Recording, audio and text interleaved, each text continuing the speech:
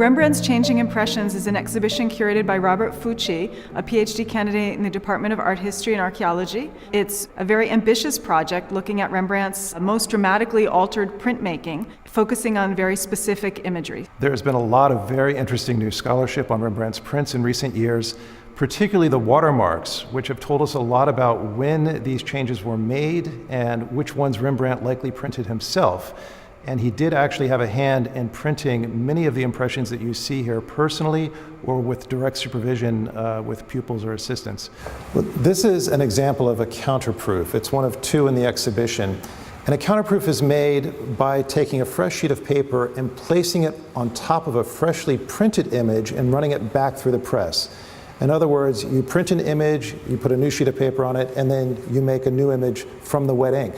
So he's sitting here, and of course it's reversed on the plate, how he would normally be, left to right.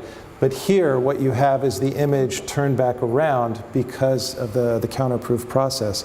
So here you actually see him as you would if you were facing him directly. It's particularly valuable to have these works in a gallery setting where you can view them up close and in person. These are works that reproduce very poorly in books or on their computer screen. The subtlety of the ink, the variety of the light and shade that he achieves, the details in the figures, these are all really best appreciated in person.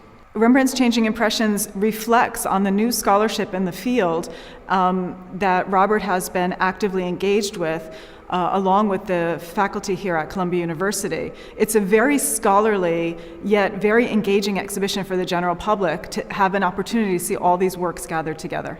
Not all impressions of this state sort of read this way, so it's really marvelous to have this one in particular.